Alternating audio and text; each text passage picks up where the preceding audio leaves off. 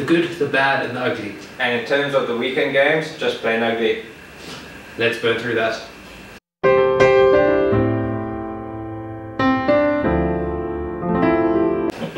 Hi, my name's Dax. And my name's Nick. Welcome to the Cold Room, our YouTube rugby chat show.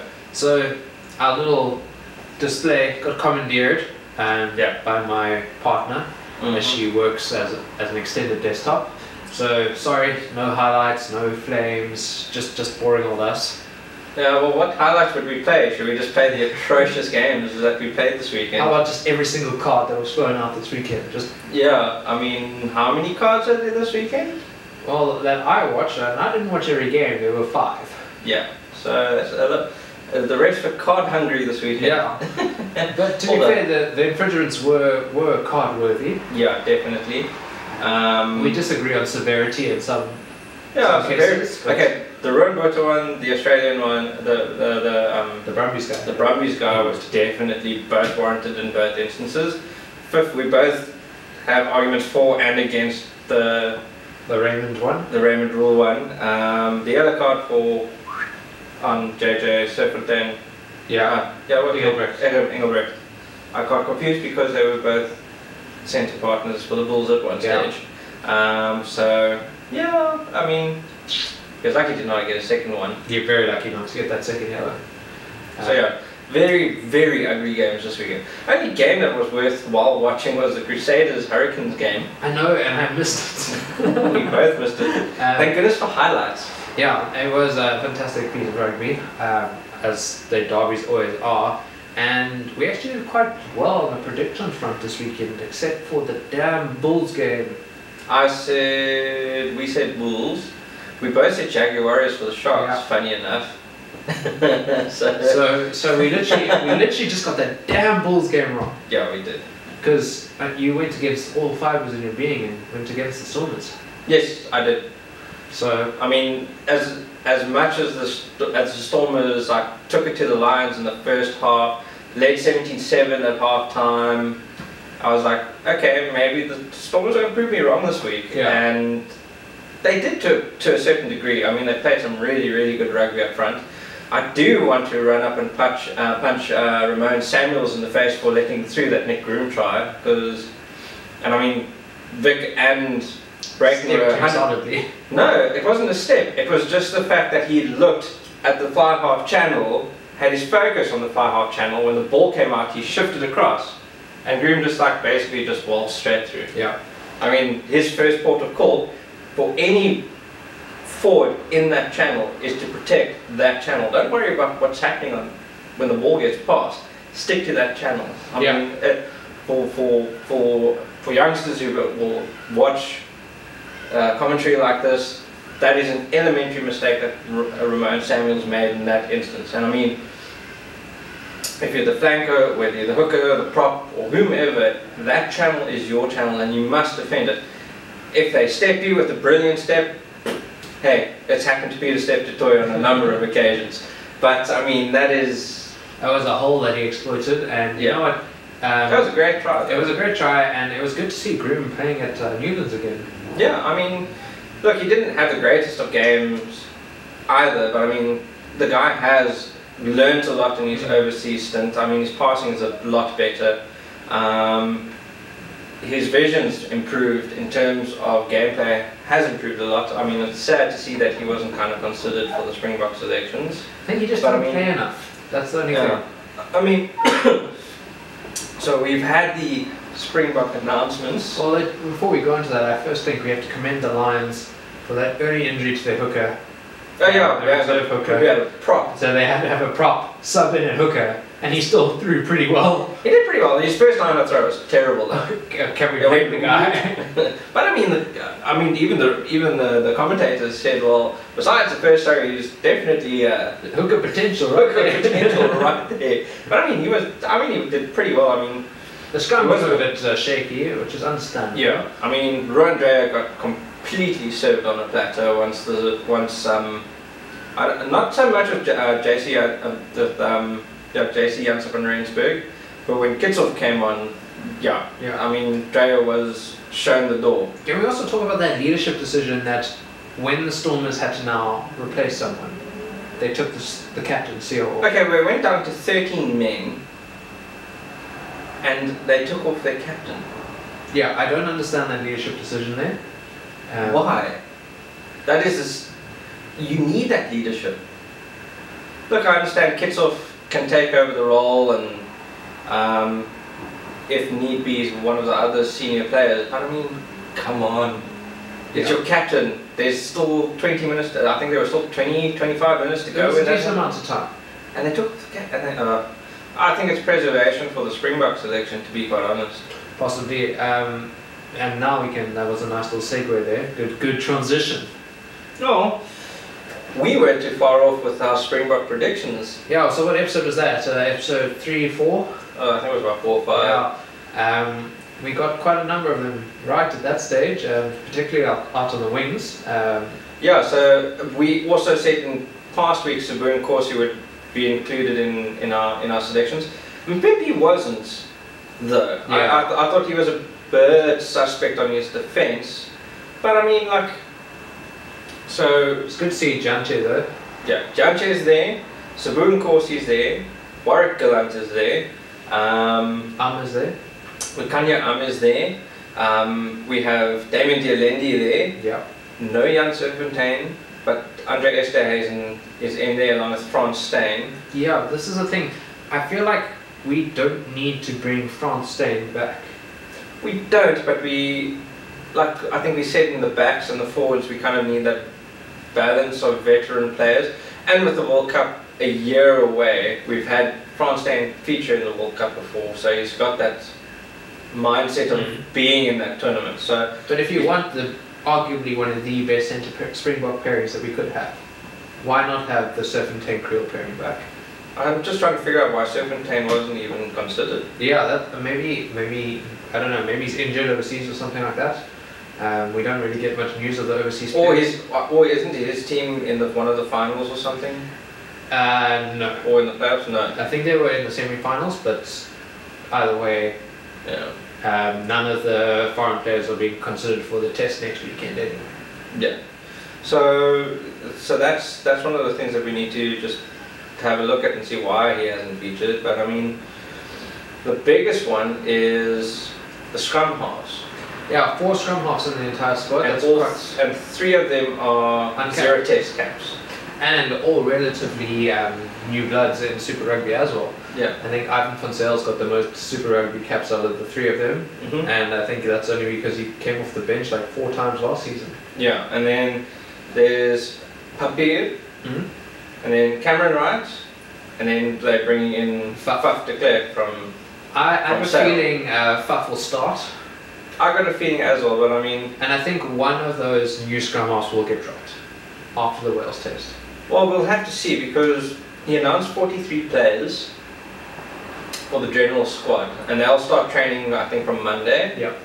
So he's going to get all the local based players training on Monday in the USA, because I think they all fly out on Tuesday, Wednesday. Not sure exactly when. But the test is on Saturday.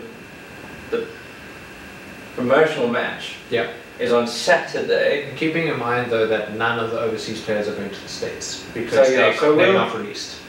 So we'll probably have maybe thinking combinations here. We'll probably have the Bulls scrum halves playing, so one starting, one off the bench. It'll be interesting, to be quite honest. I mean, I was quite surprised. I mean, I understand why he's in the squad, but I don't feel like his play in the last few weeks has warranted it as Yankees. Yeah, I don't think this season he's played as well as he did the past 2 seasons at all. I mean, I honestly thought that Jean-Luc Duplessis played a better role at fly-half for the Stormers than the Lions this weekend. But I mean, he only played for 2 weeks now, starting at least, so I don't think that's enough time. No, but he was still better fly-half on the day than Yankees. Yankees excels while he has moments of brilliance, but that's not what you need. He's just dominated though. You need an all-round player. You need your Pollards, you need your Dupreus who actually can lead from the front. I think you'll probably find Pollard will start. Pollard will definitely start. No questions. And then it's about who's sitting on the bench. Now, if I was Rossi, I would put Dupree on the bench as the backup. Well, he's kind of similar in terms of Pollard, who takes it up to the game line. Yes. His kicking game has improved a lot. So there's that going for him. He's a good physical fly half. Both of them are. I think the problem with Yankees is one, he's a charismatic player. So he has to have that like sense of confidence that the forward pack are doing what they're doing, and the back line's working off him well. He has to have that work around him. Whenever the chips are against the Lions, Yankees falls away, and that used to happen to the Springboks when Yankee was at fly half. Yes. I mean, he just kind of withdrew. I mean, you don't need that from far. I mean, Andre Pollard still gives 100% if they're going backwards. Exactly. Robert Dupree still gives 100%, and the Sharks are going backwards. That's what you need in that pivot role, and it's very important for your backline to work off someone who can keep their calm and make the decision out wide, take it up with the forwards. No, I'm with you on this one. And Yankees can't do that unless his forwards are already doing that. I don't think he knows how to make that call. That's my opinion. I think something we do need to discuss is the lock combinations. I feel that we've been really injury plagued in this one here. Well, Peter Steph was not featured this weekend because he was sick. Yes. So no injury concerns with Peter Steph, and I think he is the inform lock at the present moment that we actually need to have the other locks worked around. You'll probably find there'll be a Sname on Detroit pairing. Probably, most likely. That makes the most logical sense. Yeah, I really struggle to see how Marvin Ari fits into this all. To me, he is a consistent player, but at a franchise level. I can't see him stepping up to an international level. Well, it's yet to be seen. I mean, he is a good line-out jumper. I mean, that's one of the reasons why he's probably picked. He is a good line-out jumper. He's good on the line-out calls. I mean, he does his job and he does it well. I mean, I think he's basically the most basic of skills in terms of the locks that we have. Yeah. I mean, he's neither here nor there. I mean, Franco Mostert would probably have been another better pairing with Peter Steph Toy. Yeah. To be quite honest, and have Arceus Neyman as a backup for either of them on the bench, as a really good, strong impact player. But I think Peter Steph and Mostert have too similar game style. Oh, Mostert and Peter Steph are physical. They've got higher work rates than most. I think having two strong line-out players will definitely help the Springbok line-out cause. I mean, the line-outs were a bit of a concern last year, but I think it was mostly due to Mark's a little bit of inconsistency with the throwing. Yes, throwing was, but he managed to remedy that, but he's injured for a while. He's going to be injured until after the June Test matches. Yeah, hopefully he's strong and fit by Rugby Championship. Yeah, Whiteley's out until past the Test series, and Etzebeth might be brought in afterwards as well. Well, yeah, we have no word on Etzebeth. Just that he's getting better. He's getting better, but unavailable. He's 85% there. Yeah, that's about it. There's no indication of a time frame. It's just no. He'll be back when he's back. Yeah, he'll be back when he's back. I think in all honesty, if we can manage those players, particularly Whiteley, Etzebeth, and Marks, and get them ready for the Rugby Championships, preferably. I mean, the June Test matches against England are important. Yeah. But I think, you know what, we'll probably win the series 2-1. Well, we hope we will win the series 2-1. We hope that we win the series 2-1. England has been plagued by injuries as well. Yeah, but they are still going to pick their strongest available team. And everybody goes, oh, but England's playing with a weakened team and all that type of thing. And look, I understand a lot of their first choice players aren't there. Granted. Yeah. We have the same problem. Yeah. We picking our strongest team to play the English. The English are picking their strongest available team to play us. So it's not like we're full blood and a full fit team of like haymakers like Eben Etzebeth and all those guys. Look, I understand a lot of critics will say, oh, but you know what, England are coming with 20 less players. We're probably in the same boat as them, to be quite honest. Maybe not 20, but yeah. Maybe not 20, but I mean, we're in the same boat. And it's going to be a fantastic test series. I think so too. I think we're in for some And good things. another thing that they need to bear in mind is the fact that we've got 17 uncapped players in the extended squad. Yeah, that's a big number, and leads me to this question I'm going to pose to you. So, you have one choice. I'm going to list out numbers 1 to 15. No debating. Who do you start with? Okay? Who am I starting? Who are you starting? You're Russie. You're the coach. Okay, in the England squad for... Well, so for this weekend. For this weekend against For this Wales. weekend it's different. Okay, so I'm going to go through numbers. You're going to pick who you're going to start against Wales. Okay. Okay, 1. Nche. Okay, 2. Van der Merwe. 3. Nyakanya is back, isn't he? Yes, yes. Nyakanya. 4. Snyman. 5. Ori. Interesting. Okay, 6. Kolisi, he needs a game time. 7. Jean-Luc. 8. Dan. 9.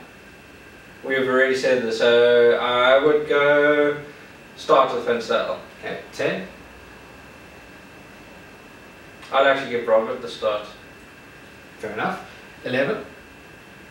Jaja. We have to give it. Yeah. We have to give him I a was going chance. to say, if you said like Ishmael or someone would be like, Well, change your answer, change your answer. Ishmael's on the right. Ishmael's on the right anyway. Okay, 12. I'll give Estes in the start. 13. 14. Saboon Corsi. There we go. Okay, and 15. Galant. There we go. I think that's a pretty solid team against Wales. I know, and I mean, I know you kind of go, Ori, why do you want to start with Ori? I think let's give that combination of look, he's been called into the team in the extended squad. Give him a chance. Yeah, I see your things there, your point there. And a lot of the things, and a lot of it is there's 43 players announced. Only 26 of the 43 are going over to Washington DC. Okay, so take out the international players. So the 26 is excluding the international players, which leaves us with, I think it's 17 players. Of those 17 players, 5 of those are the internationals. So they're not available. That's your Vermeulen, that's your Frans Steyn. I disagree with those two. That's your Frans Steyn. Then you've got Faf, Bismarck, and what was the other one? Willie Leroux. Yeah. There's 3 names in there that I disagree with their inclusion. Leroux, Vermeulen, and Steyn. Yes. Okay. Leroux, just based on his history in the Green Gold. He had that one fantastic season, and then he had 6 seasons where he was absolute trash. And that I feel is putting him lightly. Okay. Steyn, he kind of pulled himself away from Springbok rugby a while ago. Yes, he's a versatile player, but I feel he doesn't add anything to the squad other than his versatility. I feel like we've got the talent pool for the centres, in the back 3, and even fly half. We don't need him in that sort of sense. And Vermeulen, I'm struggling to see why he's there. He did not have a fantastic season overseas. He wasn't rated as any of the top players. Yes, he's consistent. It's the experience and the fact that he's actually a strong ball thrower that we don't have. I would argue that Jean-Luc and Dan can serve that purpose just as well. They could. But you know what? I think the fact that Vermeulen's in the extended squad is the fact that he's a veteran. Yeah, it is a pretty young squad. I will give you that. And you need, I mean, someone of his skill level is needed. And I mean, you have to have mentors in the team now, especially a young team like this. So, look, Willie Leroux apparently had an amazing season overseas. Yeah, and I mean, and that's the same with Faf. Apparently, and with Faf, I mean, they were both voted Player of the Year for the teams that they played for, as well as they were nominees for the tournament. And nominees for the tournament. So that speaks volumes. They're in form. Yeah. And so that's why I'm okay with them being selected. That's the important part. So for Faf and Willie Leroux, it's kind of justified at this point. They're at they're at the top of their game at the present moment. Both of them are capped, and we mustn't dispute the fact that they can add value in that sense to the Springbok squad, as they are. Frans Steyn, yes, he's a bit of an out there selection, considering he's been neither here nor there. He's fit, that's fine. He's a former World Cup winner for the 2007 World Cup at the age of 19. He's been in that situation. Yeah. And that's the type of person that you actually need in the squad in the lead up to the World Cup, to a World Cup. I mean, we're less than 18 months away from the World Cup, so we have to see the bigger picture. And I think that's what Rassi sees in France, is having that guy who's been in that situation, motivating the guys. Look, whether the guy plays off the bench or is in the match day 15, debatable. Yeah. If he's in the extended squad and he's there in a mental role, that's fine. I do understand why he's there. I think that's what Bismarck's going to do. Bismarck, to the same extent, needs to be there. And the fact that because Malcolm's injured, we need that type of impact hooker. Well, actually, we just need someone who's got experience. And Bismarck's the guy. Yeah. I mean, Bismarck's only 32 now. Yeah, he's on the upper end for a forward, but yeah. But I mean, the guys, I was watching highlight reels and videos of Bismarck's current season, and the guy is still fantastic. He's still a fantastic player. And Vermeulen, again, we said we've got a young pack of forwards. We need someone that they can rally around. And Thor, as he's lovingly called, is that guy. I mean, the guy is good. I mean, he's probably one of the better Springboks over a ball besides Malcolm Marx, who's actually injured. Yeah. And the fact that he's really good at going forward. I mean, the guy is basically a short tank. Pretty much. Okay. He's a good line-out option. So I mean, we have to. I will give those qualities to him, but at the same time, there's the qualities you're listing out the Dupree twins, sorry. But they are prone to lapses of concentration meltdowns due to their inexperience. So that's the one thing I'll give you with Vermeulen. Okay, so let's wrap this up. Prediction for the weekend. There's really only one game that interests us. South Africa versus Wales in Washington, D.C. Is it Washington, D.C. or Washington State? No, Washington, D.C. Washington State is on the west coast, and Seattle, where it constantly rains. Yes. Okay, so we're Washington, D.C., District of Columbia. So, prediction. Neutral ground, they're also hampered by injury as well, so they're not going with a full-fledged squad. We're going with an inexperienced squad, I would expect, with Rassie Erasmus. I'm not going to say that it's going to be an amazing start to Rassie's tenure as the Springbok coach. If we can scrap a win, yeah, by like 5-7 points, even if we do a 3-point drop goal scenario, which I won't discount either. I mean, yeah, I mean that would be a fair start. I mean, the guys are traveling 20-hour flight the wrong way. Yeah, it's going to be a rough adjustment, and I do think that we have the talent to beat Wales.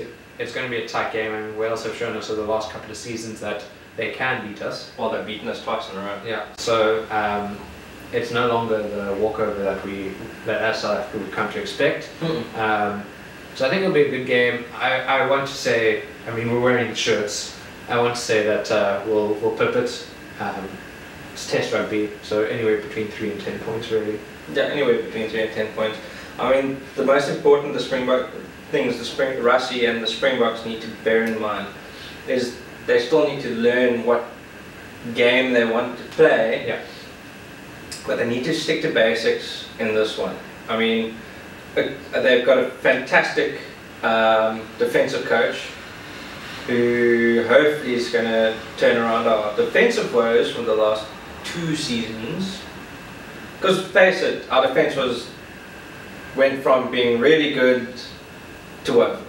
Yeah, and my hope for this game, this is going to sound completely out there, is I really want American commentators. If just think back, the last big game in America, when it was New Zealand versus the USA, and they had American commentators, and it was in Seattle, and they had in the Seahawks stadium, and it was just packed, and the commentators were explaining the rules of rugby. It was amazing. It was hilarious. It was amazing. So please. American commentators will probably have the South African commentators. No, but you can change the language option. Oh, okay. I don't know if I can change it on my stream. Well, then you've got to come here. Oh, yeah, I'm away. I was going to say, you've got to come here, but I'm away. Yeah, that'll be fun. But so, for Springboks, stick to basics. Make sure defensive lines and defensive structures are the most important point of call. I don't see any problems with the right team, with us being very, very difficult to manage on the offense, provided we keep ball in hand. Okay, well, there's only one way to find out, and that's to see what happens on Saturday, June the 1st. Well, it's anyone's game. Yeah. That's all I'm going to say. So, again, sorry that there's no distraction from our boring, monotonous voices. Yeah, like the video, comment any suggestions you think we should have, or your thoughts and opinions. Yeah, give us some content ideas. We are working on some things in the pipeline we've spoken about previously, but maybe some third-party input. Yeah, I mean, we've changed settings, which is a nice change and all that type of thing. Maybe in the off-season we'll come up with a few ideas and kick the ball around a bit, maybe. Yeah, I mean, we'll come up with some fun segments and stuff. We'll wait for the rule changes and all that, if there are any as well, so we can learn and explain those again. I mean, those are always important for the lead up to the next season. Yeah. I mean, with the World Cup next year, if there are any rule changes, it's going to be very imperative to learn and understand them as quickly as possible, so we don't sit there going, eh? Yeah, so again, like the video, subscribe to the channel, comment, all that usual jazz. Hit the bell icon so that we can notify you when new videos are up and ready for your viewership. And yeah, so thanks for watching. Thank you and goodbye. Cheers.